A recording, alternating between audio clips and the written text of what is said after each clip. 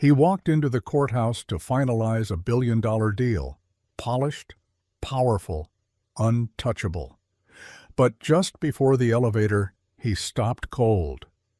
4 little girls sat alone on a bench, dressed alike, eyes wide, waiting for someone who might never come. "We're good at quiet," one whispered. In that moment, the man who never missed a signature made a choice no one saw coming. He didn't walk past, he sat down. And that single act rewrote not just a contract, but 4 lives, his own, and the meaning of staying. What happens next will break you open. Miles Stratton never missed a signature. Not once in his 2-decade career. He had built empires with ink and eye contact, companies worth billions that were born in conference rooms with polished tables and zero margin for hesitation. He arrived early, he left with the deal in hand, and he never looked back. That morning, he had flown in from San Francisco on his private jet, reviewed the 52-page contract 3 times before landing, and walked into the downtown Chicago building expecting a formality. Shake hands, smile, sign. The acquisition was clean. The tech startup he was buying was already prepped for absorption. The founders grateful. The money already wired. He wore a navy suit, thin gray pinstripes, and shoes so polished they caught the light as he stepped into the marble lobby. His assistant trailed behind, murmuring updates about calendar changes, dinner reservations, and the next flight. But then he stopped walking, and for the first time in years forgot where he was going. Because there, on a bench along the far wall, tucked behind a marble pillar and nearly hidden from view, sat 4 little girls, alone. They looked no older than 6 or 7, all of them dressed in matching faded yellow dresses, their hair in varying stages of neatness, their shoes dusty and one of them missing a sock. They sat in a line, not talking, not moving, just waiting. Something in the stillness made Miles stop. He wasn't sure why. Maybe it was the way they sat so close together their arms touched. Maybe it was the way one of them clutched a stuffed rabbit to her chest, like it was the last thing that belonged to her. Maybe it was the way they didn't fidget or ask for anything, just stared forward as if waiting for a door to open or a person to return who hadn't promised they would. Miles looked around. The lobby was otherwise empty. A receptionist sat behind the desk, busy on a phone call, eyes down. No parents, no adults in sight. His assistant tapped his arm. "Conference room's on the 12th floor. They're waiting." But he didn't move. Instead, he walked slowly toward the girls. As he approached, they all looked up, at the same time, with the same expression, wide-eyed, tired, careful. "Hey," he said, crouching down to their level. "You 4 waiting for someone?" One of them nodded. A tiny thing with dark curls and freckles across her nose. "Our caseworker," she said softly. "She had to go sign something." "And left you here?"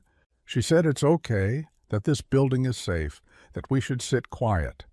The girl beside her added, "We're good at quiet." Miles swallowed. "You here for a visit?"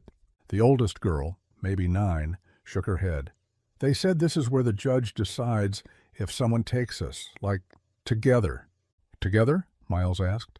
All 4 nodded, in unison.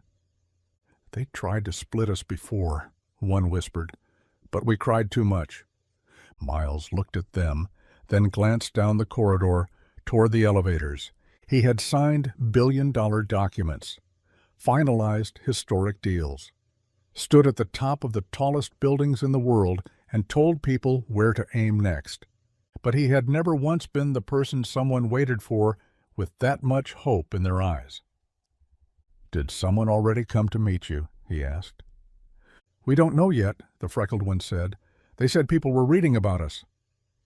Miles crouched lower. "Do you know what this place is called?" "Court," one answered. "But we didn't do anything wrong," said another quickly.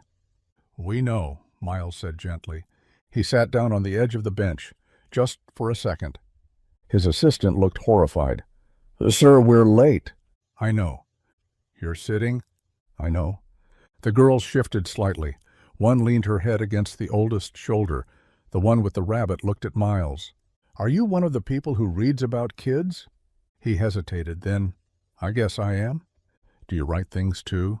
He nodded. "Sometimes." "Can you write about us?" The girl's voice was a whisper. "Not for a paper, just so someone doesn't forget we were here."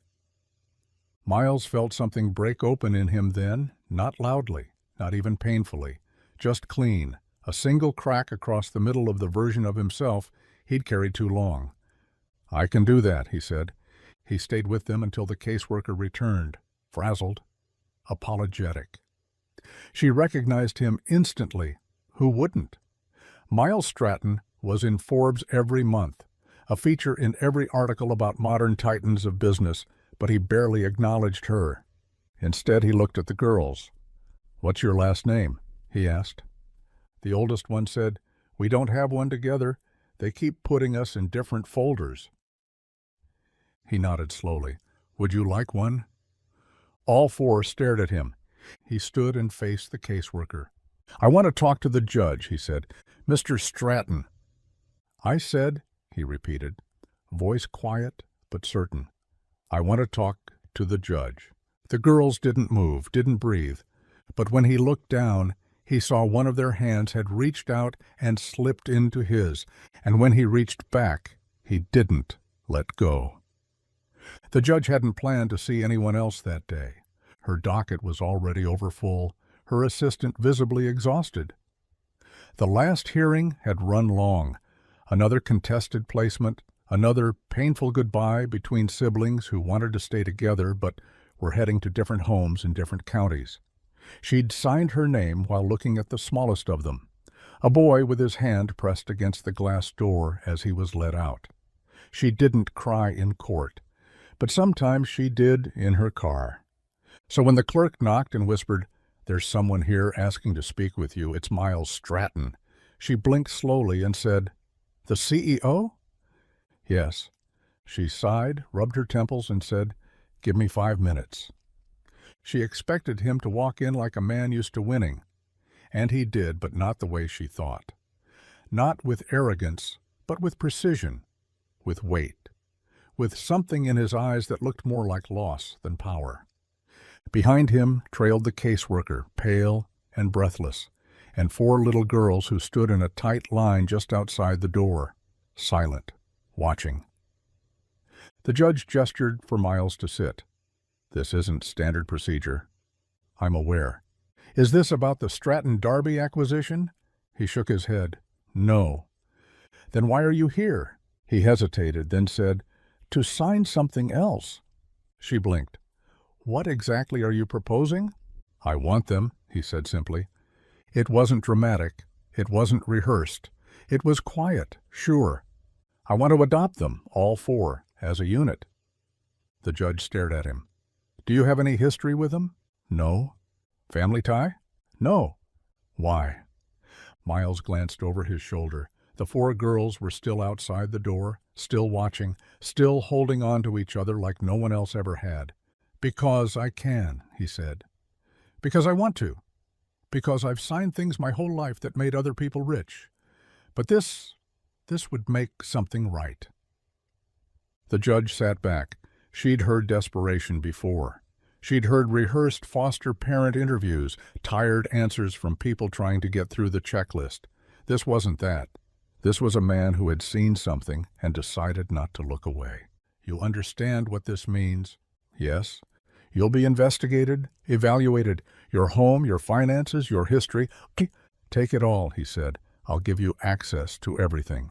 She paused. "You don't know what you're stepping into." "I've built companies from nothing," he said. "But I've never built a family. I think I'm ready to start." The caseworker finally spoke. "It's not that easy. We'd have to reassign them to your county, redo paperwork, involve child welfare, legal counsel, the entire board." Miles looked at the judge. "Then let's begin." An hour later, temporary emergency custody was granted pending a full investigation. Paperwork was filed, a home visit scheduled, preliminary psychological clearances arranged. His legal team was already drawing up affidavits. But none of that mattered as much as the moment when he walked back into the hallway, crouched to eye level, and said, "You'll be coming with me, just for a while at first, but maybe longer." They didn't smile, but the littlest one, the one with the stuffed rabbit, stepped forward and reached again for his hand. "Can we sit together on the ride?" she asked. He nodded. "All of you." They left through a back exit, not because they were hiding, but because the press had already caught wind of Stratton's presence at family court, and someone had leaked that he wasn't there for business. That night, his penthouse was too quiet, too sterile, so he brought in blankets, crayons, pizza, pillows on the floor. One of the girls asked if they could sleep in the same room. He said yes. He didn't sleep. He stood at the doorway watching the four of them curled together like they'd been made from the same breath. He remembered the bench, the way they hadn't begged, the way they hadn't cried. They had simply waited, and somehow they had waited for him. In the morning, before they woke, he sat at the kitchen table and wrote his first letter in years that wasn't addressed to a board, an investor, or a CEO. To the version of me who used to think signing things made you important, you were wrong. Signing the deal didn't change your life. Holding her hand in that hallway did. Keep going. This is what wealth was always meant for. He folded it, put it in a drawer, and listened just beyond the hall as four girls began to stir. A week passed, then two, and suddenly what had started as emergency custody turned into something that looked suspiciously like a life. The girls didn't call him Dad, not yet, and Miles didn't push. They called him Mr. Stratton at first, then just Miles. And eventually, when no one was listening, the youngest one slipped and called him Ours. He pretended not to hear, but he did, and that word echoed louder in his chest than any title he'd ever earned. They settled into a rhythm, not smooth, not easy, just real. There were early mornings with cereal spilled on marble countertops, mismatched socks left in hallways, arguments over toothbrushes and hair ties. But there was also laughter, tired, soft laughter, and drawings taped to the fridge, and a chore chart written in glitter pen that Miles left untouched for fear of messing up the magic. He'd never realized how loud four children could be, or how quiet the house had been before. He started working less, something his board didn't understand but couldn't argue with, especially not after he stood at the end of a quarterly meeting and said, "If you think profit is the only measure of success, you've never eaten dinner with four kids who used to sit on a bench waiting for someone who never showed." No one argued after that. The social workers came and went. Psychologists and home inspectors and legal advisors all filed their reports, asked their questions, checked their boxes. And through it all, Miles just kept showing up. At school meetings, at pediatrician appointments, at the side of a twin bed when one of the girls woke from a nightmare and whispered, "Are we still here?"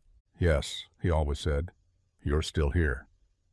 One night he came home late from a business call to find the four girls asleep on the living room floor, half under blankets, half buried in stuffed animals and popcorn bowls. A movie still flickered on the screen. One of them, the second youngest, was holding the pen he used to sign contracts like it was a talisman. He didn't dare move it. Instead, he sat on the floor beside them and leaned his back against the couch. And for the first time in his adult life, he closed his eyes in a room that was full, not with power or pressure or expectation, but with presence, with belonging. In the morning, he found a note on the kitchen table. Not official, not legal. Just a piece of paper torn from a notebook and written in blocky, deliberate letters. "Dear Miles, if you stay a little longer, we might believe this is real. If you stay a lot longer, we'll stop waiting for someone else to come." He folded it and put it in his wallet. Later that day, during a call with his attorney, he said, "Let's move forward with adoption, all four, together." There was silence on the other end. Then, "You're sure?" "I was sure the second they held my hand," he said. "I just needed the paperwork to catch up." The girls didn't find out from a speech or a big reveal. They found out because one afternoon they came home to see their names etched on 4 hooks in the entryway beneath a small wooden sign that read, "Home is not who made you, it's who stayed." That night they all sat around the dinner table, and the oldest, the one who never cried, never asked for anything, put down her fork and said, "You know we've been waiting our whole lives for someone to stay." Miles nodded. "So have I." And there, under the soft hum of the kitchen light and the clatter of dishes and 4 voices talking over each other, something settled. Not finished, not perfect, but permanent. Later, when the last light clicked off and the house finally quieted, Miles sat alone in his office and wrote another letter. To the man who almost walked past a bench. "Thank you for stopping. Thank you for sitting. Thank you for holding out your hand long enough for someone else to take it. You didn't save them. You joined them. And that changed everything." He didn't need to sign it. He already had. In ink. In time. And in the lives of 4 little girls who once sat on a bench thinking no one ever would. The mule looked half dead, standing in a patch of dry weeds at the edge of the livestock pen. Its skin sagged over a gaunt frame, bones showing like scaffolding beneath sun-bleached fur. One of its ears drooped permanently to the side, and its eyes were dull. The kind of dull that said it had long stopped expecting kindness. A crooked scar ran down its haunch, a raised welt that looked like it might have come from barbed wire or a branding iron handled by a drunk. When the bidding started, no one even looked up. The auctioneer's voice cracked like a whip across the crowded fairground. "Opening bid, $2 for the old gray mule. Might be good for glue or ghosts." Laughter rolled through the crowd. Somebody hollered, "I'll pay not to take it," and others snorted through beer and chewing tobacco, already turning their attention to the younger stock penned nearby, plump hogs, sleek calves, a pair of fine Appaloosa colts with bloodlines as proud as their price tags. But one man stayed. Thomas Yates, a stranger in these parts, held his ground at the edge of the auction line. He wore clothes that had seen too many washes, boots that leaned like tired men, and a wide-brimmed hat with sweat stains older than most of the fairground kids running around. He'd arrived that morning with a pushcart, a bedroll, and exactly $6.37 in his pocket. By noon, he was down to $3.12. And still, he raised his hand. "I'll take him," he said, voice plain, eyes steady. The crowd blinked, unsure they'd heard right. The auctioneer leaned forward. "You bidding, sir?" Thomas nodded once. "Yes, sir. I'll give you $2 for the mule." Silence spread like spilled whiskey. "Sold," the auctioneer muttered, almost apologetically. "To the gentleman with a death wish." Laughter again. Someone called out, "Better dig a hole for that thing before you feed it. Save yourself the trouble." But Thomas didn't answer. He just stepped forward, took the thin rope tied to the mule's neck, and led it out of the pen. The animal followed, hooves dragging, head low. No fight, no spark, just a defeated kind of motion, like a shadow moving away from its own grave. People watched him go, some shaking their heads, others smirking like they were watching the start of a good joke. Thomas led the mule to the edge of town, to a dry patch of scrubland where he'd unrolled his blanket the night before, beneath the half-finished ribs of an abandoned cabin. The walls leaned like old men, the roof had collapsed years back, and a tangle of blackberry vines had claimed the outhouse. But it was land, and it was quiet. He tied the mule to a post that looked like it might still hold, gave it a drink from his own canteen, and sat down to think. The mule didn't move much. It stood there like it had nothing left to give. But its ears twitched sometimes, and once, when a bird flew too close, it gave a soft grunt, low and coarse, but alive. That was all Thomas needed. The next morning he was up before the sun. He'd found a cracked feed bucket behind the general store, bartered for a sack of oats with the last of his change, and hauled water in an old tin basin from the creek a mile east. He fed the mule by hand, slow and steady. The animal took the food without blinking, chewing like its jaw remembered better days. "Name's Clarence," Thomas said as he worked, running a brush down the mule's flanks. "Don't ask why, just feels right." Clarence didn't argue. By the third day, the mule had stopped leaning on the post. By the fifth, he walked without dragging his legs. By the seventh, he started pawing at the dirt with one hoof in the cool dawn air, just once, then again. That was the morning Thomas found the box. It started with Clarence's odd behavior. He kept pacing in tight circles behind the cabin, snorting like he smelled something strange. Thomas followed, confused, until the mule stopped and stomped twice, hard, on the packed earth. Thomas knelt. The ground looked like any other patch, dry, cracked, spotted with weeds. But something about the way Clarence stood over it, head down, ears perked forward like radar, told Thomas to dig. He used a broken-handled shovel he'd found leaning behind the church. The dirt gave way reluctantly, stubborn as secrets. 3 inches down, he hit something hard. A corner. Wood. He cleared the rest by hand, heart thudding, sweat dripping into his eyes. It was a box, small but sturdy, wrapped in oilcloth that crumbled like dried leaves at his touch. The iron latch had rusted shut, but the hinges gave way after a few firm kicks. Inside were papers, old deeds, yellowed maps, a faded leather-bound ledger with columns of numbers and names that stretched back decades. And at the very bottom, beneath a false panel, a pouch of gold coins, heavy, dull with age, stamped with the year 1862. Confederate Mint. Thomas sat back hard on the dirt, blinking. Clarence just stared down at him. It took hours to go through everything. The box had belonged to a man named Jeremiah Brooks, a Confederate paymaster who had vanished during the war with an entire regiment's worth of payroll. Rumors said he'd hidden the money and the records, planning to come back for them. He never had. The land Thomas slept on, the ruin of the old cabin, had once been Brooks's hideout. And Clarence, the dying mule no one wanted, had found what no one else could. Within a week, Thomas had lawyers from 2 towns, circling like vultures. The deeds were real, the claims still valid under old territory laws. The coins alone were worth a small fortune to collectors. But the real gold was in the land ownership. Turns out, the overgrown plot held rights to a dozen mineral-rich acres on the North Ridge. Land now occupied by a company quarry that had been pulling granite and lime for years without a clear owner. When the lawyers finished their counting and the courts cleared the title, Thomas Yates became a very wealthy man.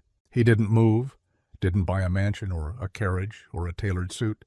He rebuilt the cabin, added a real roof, and planted blackberry vines on purpose. And Clarence?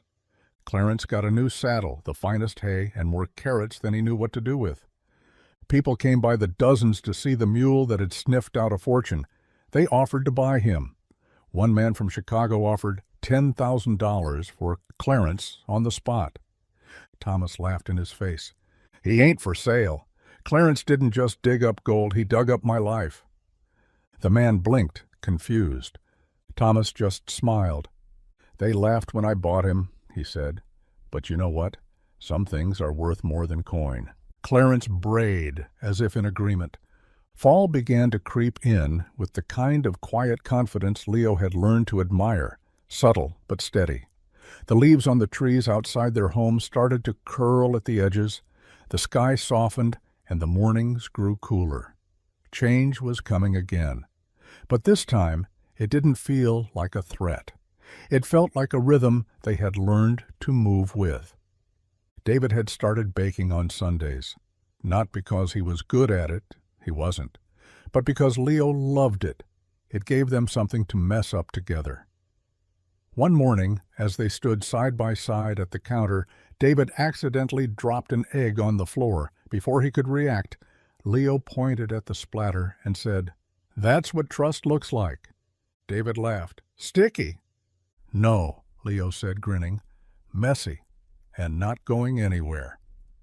They both paused then, because they knew what that meant. A few days later, a letter arrived in the mailbox, not from the court, or the school, or a stranger who had read their story. It was from one of Leo's sisters, one of the 4 girls who had once waited in that hallway, on that bench. "Dear Leo, you're not going to believe this. I drew a new door. This one's wide open." My favorite part? The word family is written above it. And the roof? It has stars now. Because I stopped being afraid of the night, and I think you're the reason why. Leo read it 3 times, then taped it to the wall above his desk. He added a sticky note beneath it in his own handwriting. Proof. Again.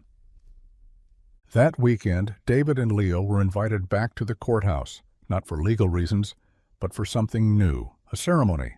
A gathering of adopted families, caseworkers, and judges who had stayed late and fought hard and said yes when it would have been easier to say no.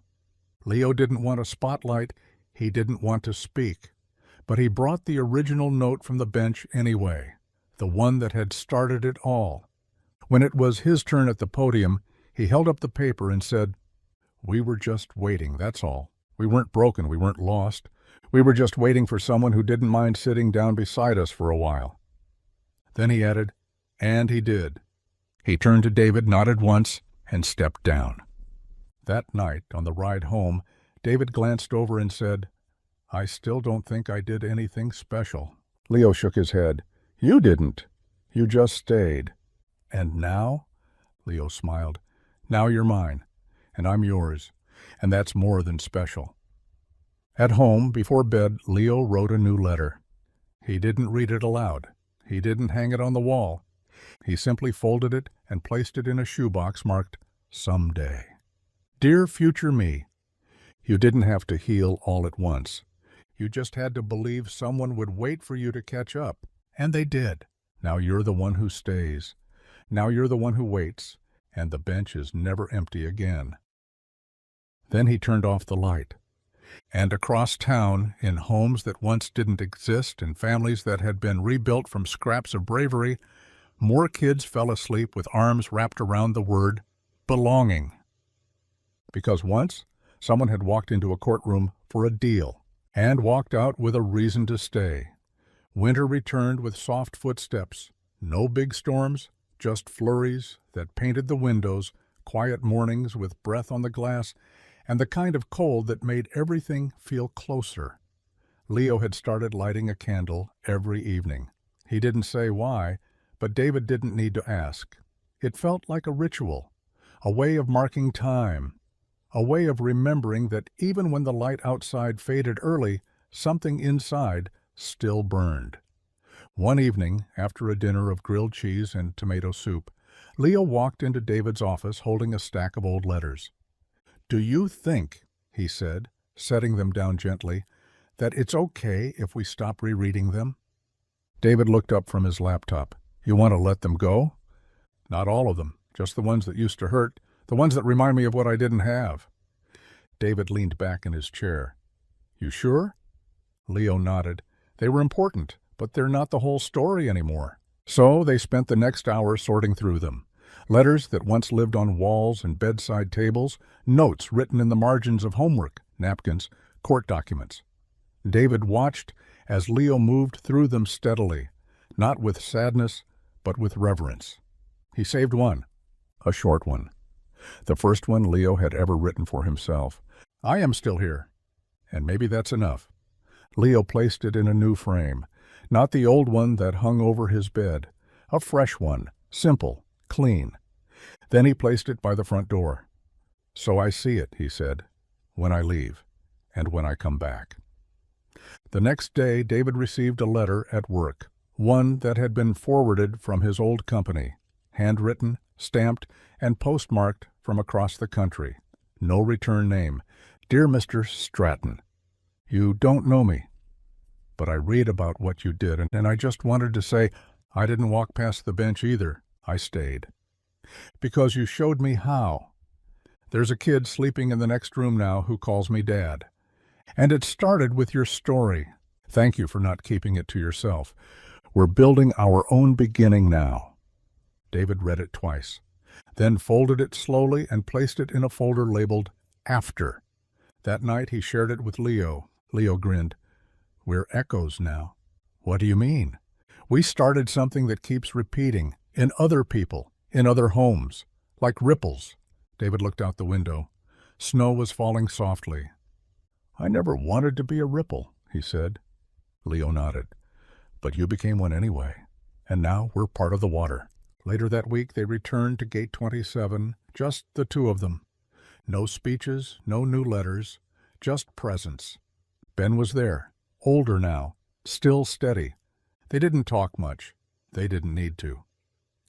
Leo walked to the shelf labeled Legacies and placed a new letter inside. He didn't read it aloud. But when they got home, David found a copy left on his desk. "Dear you, you didn't fail because you waited. You didn't fall behind because you were quiet. You were preparing. For a story that wouldn't start until someone finally said, 'You can come with me,' and meant it. You were never lost. You were just waiting for someone who didn't leave." David placed it beside the letter from across the country.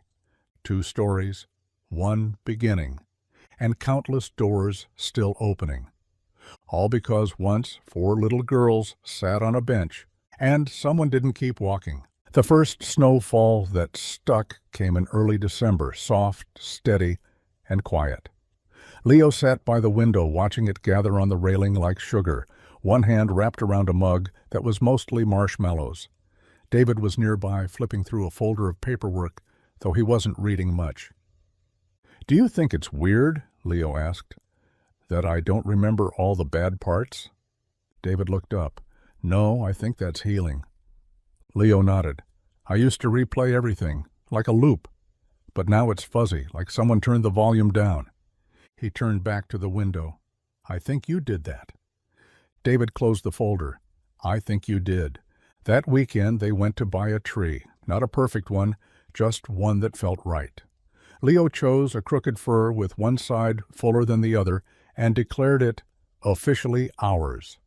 They decorated it with mismatched ornaments, a clay star from Leo's first year of school, a tiny silver airplane from David's desk drawer, and 4 small paper cutouts, each one with a name, the girls, still a part of them.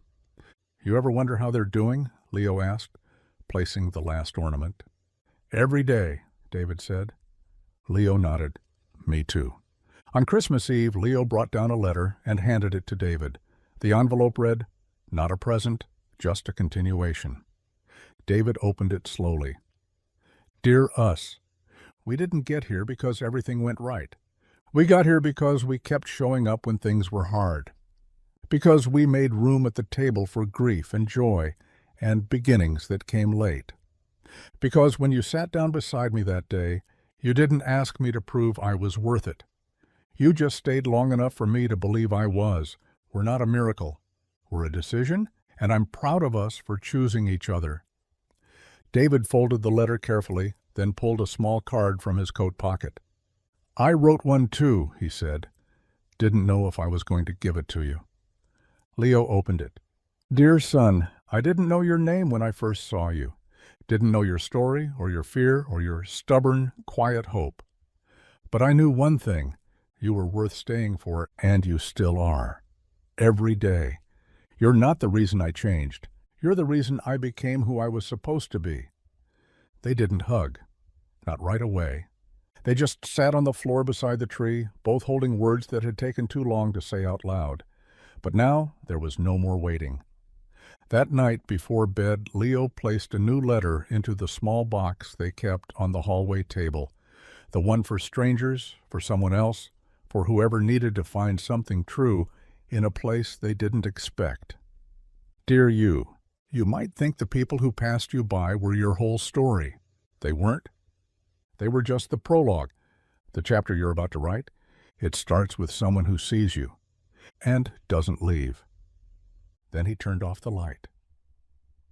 And somewhere in another city, another courthouse, another waiting room, a bench sat beneath a flickering bulb. 4 new kids waited, or maybe 2, or just 1. It didn't matter, because someone was already on their way, not to save them, but to sit down and stay. The new year began not with fireworks, but with quiet. The kind of quiet that settles into a home when nothing urgent is broken, nothing is missing, and everything is simply in place. Leo woke early on January 1st and padded into the living room where the Christmas tree still stood, lights dim, paper stars still hanging. He sat on the couch wrapped in his favorite blanket, one leg tucked under him, the other stretched toward the warmth of the heater. David joined him a few minutes later carrying 2 mugs of cocoa. He didn't say anything, he just handed one over and sat beside him. After a few sips, Leo reached into his sweatshirt pocket and pulled out a folded note. "I wrote something," he said, "not for the wall, not for Gate 27, just for today." David took it, opened it slowly, and read, "Dear New Year, please be patient with us. We're not starting from scratch. We're carrying pieces of the past in our pockets, and they rattle when we move. But we're learning how to walk softer, how to hold joy without squeezing too tight, and how to let love arrive without asking it to prove itself first. We're still here, and that's already more than we used to believe in." David looked up. "You want to read this at Gate 27? Leo shook his head. "I want to live it." They spent the day together doing nothing spectacular, folding laundry, baking muffins that came out lopsided, playing a board game Leo had outgrown but still loved. It was the kind of day neither of them could have imagined a few years ago, too quiet to brag about, too sacred to forget. That night Leo sat at his desk and opened a new journal. On the first page he wrote in steady, practiced letters, "Year of the staying. This is not a resolution. This is a continuation." He flipped to the second page. There he wrote one line, "I am not waiting to be chosen anymore. I am building the kind of life I would have run to." Later he handed the journal to David, who read that line again and again before saying, "Can we make that our family motto?" Leo grinned.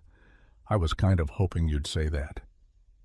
At the end of the week, they visited Gate 27 for the first time that year. The lights were still strung along the windows, and the letters had begun to form their own gravity, new baskets filling with fresh words, new hands leaving behind pieces of themselves for strangers to find. Leo brought nothing new to post. Instead, he walked to the very first letter he had ever left, the one in the frame near the entrance. He removed the glass, carefully, deliberately. Ben looked over from behind the counter, eyebrows raised. Leo smiled. "It's time to write a second page." So he did. Right there, in black ink, beneath the words, "If you're reading this, then maybe you're still here," he added. "And now you're not just surviving. You're shaping. You're giving others permission to stop bracing for loss. You're becoming the proof. And we see you." He placed it back behind the glass. And for the rest of the day he sat by the bench in the window, holding space for anyone who needed to walk in and see what staying really looked like. Not polished, not perfect, but present. And that was enough. More than enough. That was everything. By mid-January, the snow had started melting in patches, leaving behind soggy footprints on the sidewalk and just enough frost on the windows to remind them winter hadn't let go yet. Leo had started reading more. Books about people who rebuilt things, not just houses or companies, but lives. He read them slowly, like each page needed time to settle before he turned the next. One evening, while David cleaned up after dinner, Leo sat at the table with a pencil in hand, sketching something on the back of a grocery receipt. David walked by, glanced down, and saw what looked like a house. Crooked roof, too many windows, one small figure standing on the porch, another waiting at the door. "This your dream house?" David asked. Leo shook his head. "It's a memory." David looked at him. "From where?" Leo didn't answer right away. Then he said, "From the day you showed up." He flipped the receipt over and wrote something small beneath the sketch. Home isn't where you live, and it's who waited at the door. He handed it to David without looking up. You can keep it. David folded the paper gently and placed it in his wallet, next to the court papers he still carried, not out of obligation, but out of reverence. A reminder that one moment, one hallway, one held hand had rewritten everything. Later that night, Leo stood in the hallway holding a letter he'd written for himself. "I don't think this one goes in a box," he said. "I think I want it framed." David nodded. "What's it say?" Leo read it aloud, voice soft but steady. "Dear me, you used to think healing would feel like flying. But it turns out it feels more like planting things, like sitting still, like knowing you don't have to keep explaining why it took you so long to trust the ground. You don't have to earn the place you've already reached. You can just be here. You can just grow."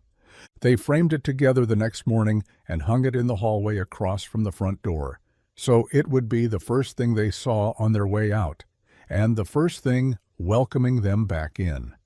That weekend, they returned to Gate 27, not to deliver letters, but to listen. A small group of teens had gathered for a workshop on storytelling, and Leo was invited to sit in, not as a guest speaker, but as a peer. At one point, someone asked, "What happens when the story doesn't have a clean ending?" Leo smiled. "Then you write the next page anyway. You write it messy, if you have to. You write it in the middle of the ache, but you don't stop." A girl raised her hand. "But what if you're the only one writing?" Leo looked at her and said, "Then you're the first, not the only." Later, after most of the group had left, Leo walked to the wall where letters were still pinned like tiny lifelines. He added a new one, short, quiet, folded 3 times. "If you're reading this, I hope you know the door stayed open. We didn't shut it behind us. We're saving your seat. You're already late for nothing." That night at home, David found Leo asleep on the couch, one arm tucked under his head, the other holding a dog-eared copy of the same book he'd been reading for weeks. David turned off the lamp, placed a blanket over him, and paused for a moment in the silence. He looked around the room, not at the furniture or the framed art or the polished floor, but at the corners where the light fell soft, the shelves filled with notes and letters and proof. The proof that they hadn't just survived, they had stayed. And every day they stayed, they taught someone else how. February crept in slowly, like a question it was afraid to ask. The days were still short, but something in the light had changed. Longer sunrises, softer afternoons. Leo noticed. He always noticed. One afternoon, as rain tapped against the living room windows, Leo sat on the floor with a shoebox in front of him. It wasn't one of the old ones filled with past letters. It was new, empty. David came in with 2 mugs of tea and sat nearby. "Starting another archive?" Leo shook his head. "This one's not for saving." David raised an eyebrow. "It's for letting go," Leo said. He pulled a folded paper from his pocket and placed it inside. "I've been writing things down when they get too loud," he said. "Not things I want to remember, things I want to release." David sipped his tea. "You want to tell me what that one said?" Leo smiled a little. "Maybe one day, but not now." David didn't press. He didn't need to. They called it the Let Go box. Over the next few weeks, Leo added to it in quiet moments, sometimes after school, sometimes late at night. Sometimes he'd tear the page in half before dropping it in. Sometimes he'd leave it whole. And then, one Saturday in late February, he said, "I think we should burn it." David blinked. "The whole thing?" "Not in anger," Leo said, "just in trust. That what needed to be written down doesn't need to be carried anymore." So they did. They built a small fire pit in the backyard, waited for a clear night, and then, as the stars appeared one by one like slow answers, they lit the papers one by one and let them turn to smoke. Neither of them spoke, not until the last one was ash. Then Leo whispered, "It didn't hurt." David looked at him. "It wasn't supposed to. It was supposed to make room." Leo nodded. "I think I'm ready for what comes next." The following week, a letter arrived from the oldest of the four girls, the ones who had waited on the bench. She was in college now, studying social work. Dear Leo, I walked past a bench today. It was empty, and for the first time, I didn't feel afraid, because I knew someone would sit there eventually, and maybe one day I'll be the one to sit down beside them first. You gave me that. All of you did. Leo read it 3 times, then wrote a single sentence and pinned it to the front door of Gate 27. The bench is not a symbol of waiting anymore. It's a symbol of arrival. That weekend, during one of the Sunday workshops, a boy, new, quiet, barely speaking, took a seat near the back. He didn't say much, but near the end, he raised his hand. "Is it okay if I don't forgive the people who left?" he asked. Leo looked at him for a long moment, then said, "Yes, it's okay. Forgiveness isn't the price of your peace." The boy's shoulders dropped, just slightly, and when he left, he took a blank letter from the table and said, "I think I'll write something anyway." That night, Leo stood at the window of his room and looked out over the quiet neighborhood, lights in windows, shadows on sidewalks. He didn't feel small anymore. He didn't feel like someone waiting to be claimed. He felt like someone who had already become the answer to someone else's question. And that was enough. It had always been enough. March came in gentle, like it had learned from the months before not to rush. The snow disappeared for good, and crocuses began to push through the earth along the walkway to Gate 27. Leo started spending more time outside again, sketching on the back steps with his sleeves rolled up, notebook balanced on one knee, a quiet look on his face that David had come to understand as peace. One morning, after walking home from school, Leo came into the house holding something behind his back. David looked up from the kitchen table. "Do I want to know?" he asked. Leo grinned. "Probably." He revealed a small wooden sign about the size of a shoebox lid. Carved into it, messy, uneven, obviously done by hand, were the words, "We stayed." "I made it in shop class," Leo said. "It's for the porch." David ran his fingers over the grooves in the wood. "That might be the most honest thing we've ever put up."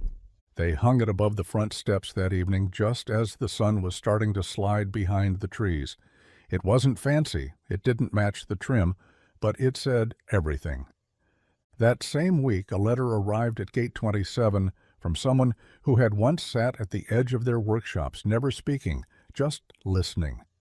They had left quietly one day, no goodbye, no note. Now, months later, they wrote, "I thought I was broken. But it turns out I was just early.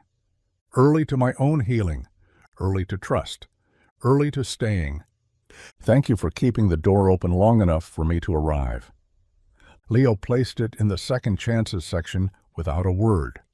That night he wrote a letter of his own and tucked it into David's pillowcase like a secret. "Dear D, you didn't rescue me. You made space. You didn't fix me. You saw me. And because of that, I'm learning how to be someone who can do the same. You're not just the man who stayed. You're the man who made staying feel like home. Love, your reason, even on the hard days." David didn't say anything when he found it. He just folded it carefully, placed it in the drawer beside the first drawing Leo ever gave him, and sat on the edge of his bed for a long time, breathing in the quiet. 2 weeks later, Gate 27 hosted its first return day, a gathering of people who had once come through afraid, quiet, waiting, and now came back to stand beside the next group. The room was full, not packed, not chaotic, just full of warmth, of soft laughter, of people who knew the weight of waiting and had decided to become the answer for someone else. Leo stood near the wall, watching, not leading, just witnessing. Someone asked him, "Do you ever wish it had all gone differently?" He paused. "Sometimes," he said. "But then I remember I wouldn't have built this if I'd had it easy, and this place matters." They nodded. Before the event ended, a girl, maybe 16, sleeves too long, eyes tired but clear, walked up and handed Leo a folded piece of paper. "I found a note here last year," she said. "It kept me alive." He opened the paper after she left.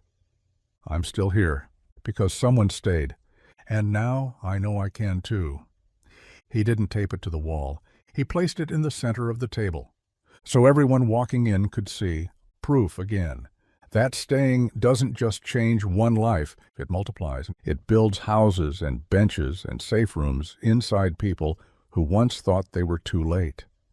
And all of it started, not with a rescue, but with a hand held long enough to mean it. By the end of March, the world outside was waking up in slow, patient ways. Pale green buds at the edge of branches, birdsong returning to morning routines, sun pouring a little deeper into the living room windows. Leo had started leaving the front door open for a few minutes each afternoon, just to let the air in. David teased him that he was inviting in the breeze and the pollen, and probably a few bugs too. But Leo just smiled and said, "Good, let them know they're welcome." One Sunday morning, Leo stood in front of the hallway mirror, adjusting the collar of his shirt. It wasn't a special day, no hearing, no appointment, but something in his expression told David it mattered. "Do I look different now?" Leo asked. David tilted his head. "Different than when?" "Than when we met." David smiled. "You looked like someone who made it, but more than that, you looked like someone who's building." Leo nodded, satisfied. That afternoon at Gate 27, he hosted a small writing circle with just 5 chairs. No agenda, no pressure, just blank paper, pencils, and a single question taped to the table. What do you know now that you didn't before? The answers came slowly, quietly. One girl wrote, "I know my silence wasn't failure, it was survival." A boy across from her wrote, "I know forgiveness isn't the same as letting someone back in." Another, "I know I'm allowed to leave doors open without waiting at them forever." Leo added his own, "I know love doesn't always knock loud. Sometimes it just sits on the bench beside you and waits until you're ready to say hello." At the end of the session, they placed the notes in a new box labeled Proof of Becoming. Leo told them they didn't have to sign, that staying anonymous didn't make the words less true. On the way home that night, David asked, "Do you miss who you were?" Leo considered that for a long time. "No," he said, "but I thank him. He waited for me." David reached over and squeezed his shoulder. When they got home, Leo pulled out a fresh card and wrote one final note for the day. He didn't read it to David. He didn't hang it at Gate 27. He just taped it gently to the inside of the front door. So it would be the first thing anyone saw when they left. You didn't just arrive. You became. And now you're the one who stays. So go gently. Someone else is watching you. Quietly, hopefully, to see if they can too. And somewhere a door opened, and someone walked through.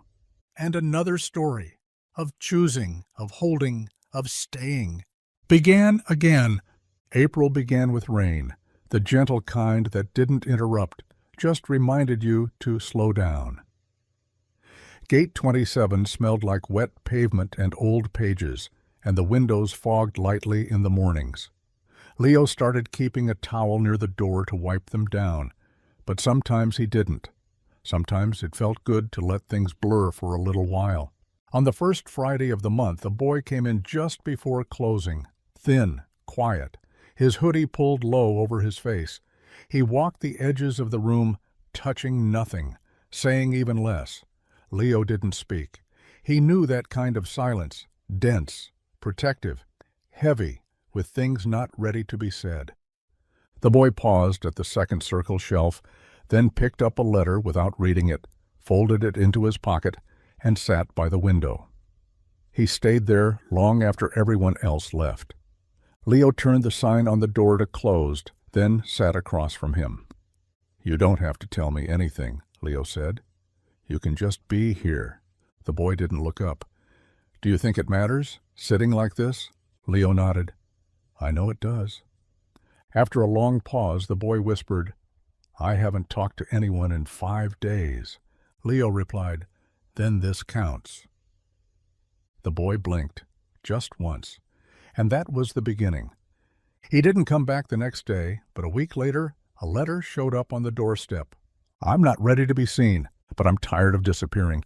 I sat by your window and didn't leave." That's something. Leo taped it to the side wall where the quiet letters lived. That night, David found Leo standing in the kitchen, staring at the stove, not cooking. "You okay?" David asked. "I just keep thinking about that," Leo said. "About how many people are barely hanging on and how we can only catch so many." David set down his keys and wrapped an arm around his shoulders. "But we catch some." Leo closed his eyes. "I want to build more benches." "Then we will."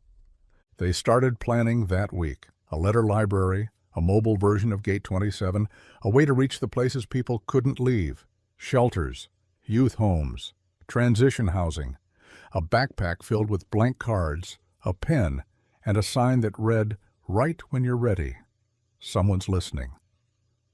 The first delivery was to a halfway home 2 towns over. Leo left a box of letters and a new bench, sturdy, warm, a small plaque screwed into the side. "This bench is not a waiting room. It's a beginning. Sit here if you've decided to try again." That's all it takes. He sat there for an hour before leaving. No one joined him. But 3 days later, he received an envelope in the mail with no return address. Inside, "I sat. I didn't think anyone would notice, but I did it. And when I got up, I felt like maybe the day wasn't over yet. Thank you for building the kind of place that doesn't ask questions." Leo placed that letter in his personal journal, the one marked only with his initials and a date, the day it changed. One morning, near the end of the month, Leo stood in the doorway of Gate 27, holding a new sign. He turned to David, who was sweeping up a pile of fallen paper scraps. "Should I put this on the door?" David read it and smiled. "We're not here to rescue you. We're here to sit beside you until you remember how to stand." "Yes," David said, "that's exactly what this place is." They hung it together, and that night, just before bed, Leo wrote one more letter. Short, simple. "Dear April, we didn't come rushing in. We showed up slowly and together, and that was enough." He left it on the porch beneath the bench, tucked inside a jar marked, "For whoever comes next." And then he went inside, turned out the light, and let the staying do the rest. By early May, Gate 27 had begun to bloom in its own way. The garden Leo and David had planted out back, once just a hopeful patch of dirt, was sprouting green along the fence line. Lavender, basil, something David thought might be mint, but Leo insisted was just a brave weed. Every few days, someone left a new letter in the flower bed, nestled among the stems like seeds. One read, "I'm growing again, and this time it's on purpose." Leo taped that one inside the back door. One afternoon, after helping host a letter-writing session with a group of middle school students, Leo sat alone at the window bench. He wasn't tired, just thoughtful. There was a kind of fullness in the room. Letters hung on every wall now, but not in a way that felt crowded, just lived in, like they were holding up the space as much as the beams and nails. Ben walked in carrying a box of envelopes. "The mail's getting heavy again," Leo smiled. "That's what happens when you let people speak." Ben set the box down gently. "You ever worry that someday you won't have anything left to say?" Leo shook his head. "I used to. But now I think the letters come from staying, not from trying. If I keep showing up, the words will too." That evening, David came home from work to find Leo sitting on the porch, shoebox in his lap. It was the same box they'd labeled "Let Go" back in February, but this time the lid was off, and inside were a new stack of letters. David sat beside him. "New words?" Leo nodded. "But they're not mine."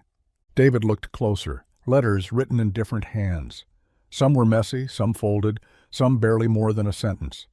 Leo picked one out and read it aloud. "I almost walked out of the house today and didn't come back. But then I remembered a line from Gate 27, "You are not required to vanish." So I didn't. He exhaled. These aren't things people want to keep, but they're things they needed to say. So I'm holding them for a while. David rested a hand over his. Then we'll hold them together. They didn't speak for a while, just watched the sky turn from soft gold to pale blue to navy, stars blinking in like slow promises. Eventually, Leo stood and placed the lid back on the box. Then he carried it inside and set it beside the fireplace where it would stay. Not buried, not displayed, just honored. A few days later, a boy about 12 came to Gate 27 with a backpack too heavy for his frame and a notebook he never let go of. He didn't say his name, just sat by the door and watched everyone else write. Before he left, he tore a page from his notebook and placed it on the counter. "I don't talk yet, but I think I'm getting closer. You all speak like the silence isn't scary. That's new for me. Thank you." Leo taped it to the ceiling, right above the front entrance, so anyone walking out would see it, and maybe remember that quiet didn't mean broken. It just meant beginning. Later that night, Leo stood in the middle of Gate 27 and whispered into the room, not knowing if the walls could hear him, but needing to say it anyway. "We're still becoming." The lights flickered a little, like they agreed.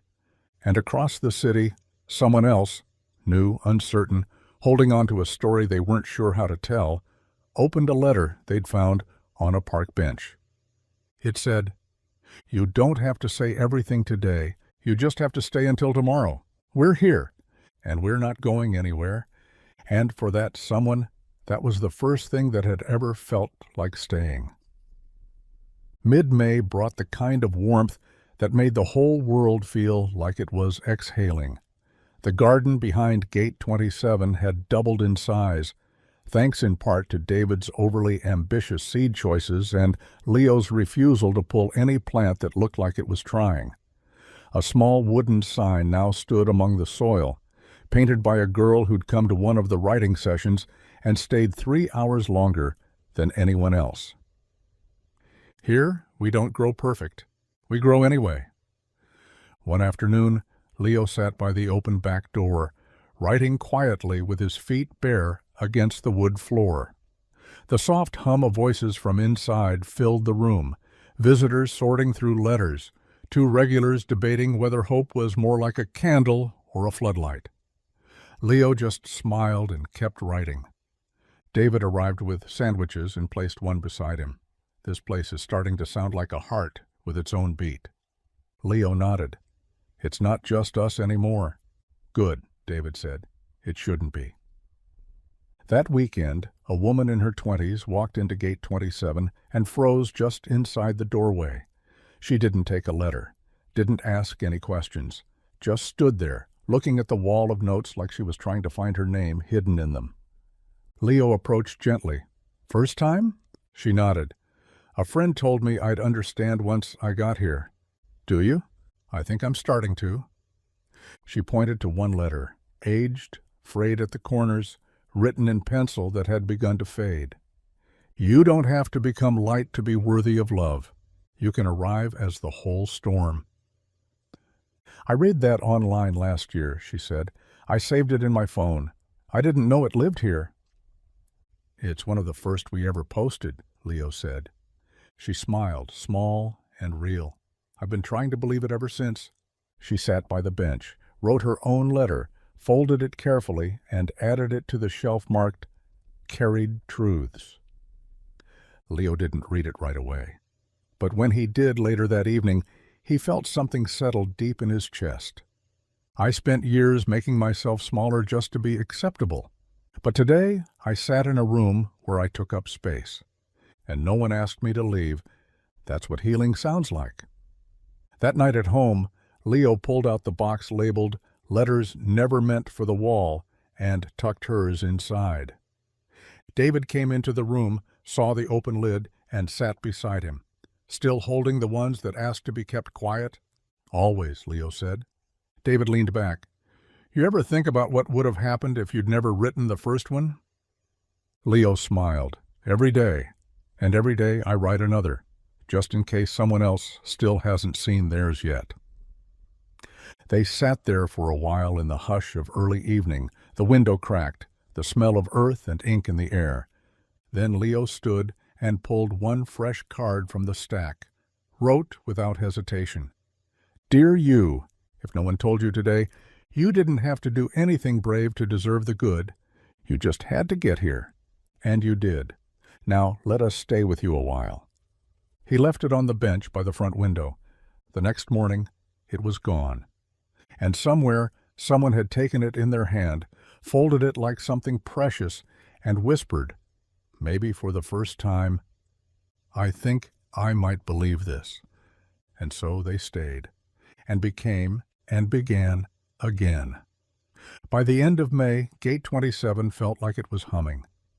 Not in a loud, chaotic way, but like something alive, steady, full. The front room stayed warm with late spring sun, and the window bench, once the quietest part of the building, had become the first thing people reached for when they walked in. Some just sat. Some cried. Some opened their palms like they were finally ready to hold something new. Leo noticed. He always noticed. One afternoon he placed a new sign by the front desk. It wasn't flashy, just handwritten on a note card, taped gently to the wood. You don't have to explain what brought you in. Just stay long enough to leave lighter. A few days later, a small group of high schoolers visited on a class project about storytelling. One girl raised her hand and asked, Do you ever run out of things to say? Leo smiled. I think the words only stop when the listening does. She nodded slowly. So this place is really just built on listening? All the best things are. That same evening, after the last guest left, David found Leo sitting on the porch steps, looking out over the street. You okay? David asked, handing him a glass of lemonade. Leo nodded. I just keep thinking about the first time I saw someone pause at the door. David sat beside him. You mean the one where you didn't speak for half an hour? Yeah. I think that's when I knew this would last. Not because people would come in talking, but because we made a space where they didn't have to. They stayed there in the quiet for a long time. Later, just before bed, Leo wrote a short letter and taped it on the mirror in the bathroom at Gate 27. Dear you, you made it through more than you remember. You are braver than the version of yourself that got you here. You get to be tired. You get to be held. You get to stop running now. It was gone by morning. A week later, another letter appeared in the basket labeled, To the ones who've been silent long enough. It read, I took the note from the mirror. I wasn't ready to speak. But I read it every night. And this morning, I told someone I needed help. That's the first word I've said in days. Thank you for making silence feel safe, until I remembered how to ask out loud. Leo didn't tape that one to the wall, and he left it on the bench, right where it belonged. That Friday, as the sky turned gold and the street outside quieted for the weekend, David turned off the lights and stood beside Leo at the window. You know this place is more than a room now, right? Leo nodded. It's a reflection. Of what? Of what happens when someone stays. David smiled. You stayed? Leo looked down at his hands. Only because someone showed me how. They locked the door, flipped the sign, and left the light on in the back room, just in case someone needed to see it. Just in case the next person came early. Just in case the next story was about to begin. June opened like a slow breath. Soft mornings, warm wind through open windows, and sun that lingered on the floorboards long after everyone else had left for the day. Gate 27 didn't feel like a bookstore anymore. It felt like a porch, like a place people passed by, hesitated at, and then stepped inside without knowing why. One afternoon, Leo arrived with a new box under his arm, not the let-go box, not the proof box, something different. David looked up from his seat behind the counter. Another project? Leo nodded. This one's for letters no one finished. David raised an eyebrow. Sometimes people start writing and can't get to the end, Leo said. I want to give those words somewhere to live. He placed the box on a shelf near the back and wrote in black marker, "The unfinished shelf. Some stories don't end here. They begin again. Even if you never finish your letter, someone might finish it with you." That week, 7 half-pages were added, one with a tear at the bottom, one that stopped mid-sentence, one that just said, "I wish someone had waited." Leo read every one. Then he took a blank card and added a single line, "I'm still waiting. I'm not tired yet." He slid it into the box. A few days later, someone else responded, "You don't know me, but I think I was meant to read your words, because now I'm not afraid to leave mine unfinished too. Maybe the point is just that we start together." Leo smiled when he found it. "They're writing to each other now," he said to David. David leaned in. "They always were. We just gave them a place to pass the pages." That night, after the shop closed, Leo stood by the mirror in the back hallway and peeled off the last of the old notes they had posted there over the years. Messages from when Gate 27 was new, fragile, still unsure of what it was becoming. He looked at the blank space for a long moment. Then slowly, he taped up a fresh card. "We're not lost anymore. We're just walking slower. And now we're not walking alone." The next day, a mother came in with her daughter, maybe 10, maybe 11. The girl clutched a drawing, 2 stick figures sitting on a bench with the words, "I found someone who didn't leave," written above. The mother looked tired but kind. "She asked to come here," she said. "She read about the letters online. She said it was her turn." Leo knelt beside the girl. "You ready to leave one?" She nodded and handed him a folded sheet. "Dear next kid, I thought I was too loud. Too much. Too messy. But someone said, you're just early." So I waited. And now I'm home. Leo didn't post it yet. He let it rest on the counter for a while, open and soft in the light. That evening, as they closed the shop, Leo asked David, "Do you think we'll ever stop needing reminders?" David shook his head. "No, but that's why we keep making them." They turned out the lights, locked the door, and left one candle lit on the front windowsill. Next to it, a card in Leo's handwriting. "This story is not done. You are not late. You are simply arriving." And the door stayed unlocked, just a little, just enough, for whoever came next. By mid-June, the air was thick with promise, the kind that hung low over rooftops and wrapped around your ankles as you walked. Gate 27's front door squeaked when it opened now, and Leo refused to fix it. "It lets us know someone's here," he said, even before they say a word. That week, a boy came in just before closing, maybe 14, maybe younger than he looked. He carried no bag, wore a sweatshirt too big for summer. His fingers kept twitching like they were trying to grab something invisible. He didn't say hello. He just walked straight to the unfinished shelf and stared. Leo approached slowly. "Looking for a letter?" he asked. The boy shook his head. "No, I think I left one here." Leo tilted his head. "When?" "I don't know, but it feels like I did." He sat down, knees pulled up to his chest, and didn't move for a long time. Eventually, he whispered, "Do you ever come in and just want to sit and not be a lesson?" Leo nodded. "That's what benches are for." The boy smiled barely. Before he left, he placed a single sentence in the unfinished box. "If someone finds this and understands it, that's enough." Leo folded the page and placed it gently beside the others. Later that night, he wrote a quiet response on a sticky note and placed it in the middle of the shelf. "I do. I understand it. I found it. You're not invisible." That weekend, David surprised Leo with a small plaque for the front steps. Carved wood, soft edges, nothing flashy. It read, "Gate 27. We don't fix you here. We sit with you while you unfold." Leo ran his hand over the grain. "You think it's too much?" David shook his head. "No, I think it's finally just enough." They installed it that night. 3 days later, someone left a letter at the door. No envelope, no name, just a folded page inside a sandwich bag. I've passed this building for months. Always looked through the window, never came in. But the sign made me stop. Made me think maybe I don't have to be whole to be welcomed.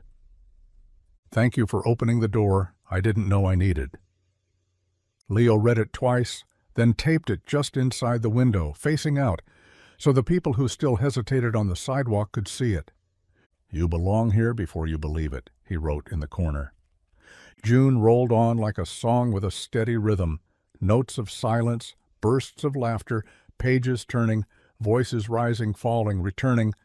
The mail kept coming, so did the kids, and the grown-ups who carried kid-sized bruises on the inside. And through it all, Gate 27 remained, one door, one bench, one long unfolding conversation between the ones who stayed and the ones still learning how. Because once, someone had waited. And now, someone was always waiting, still and always.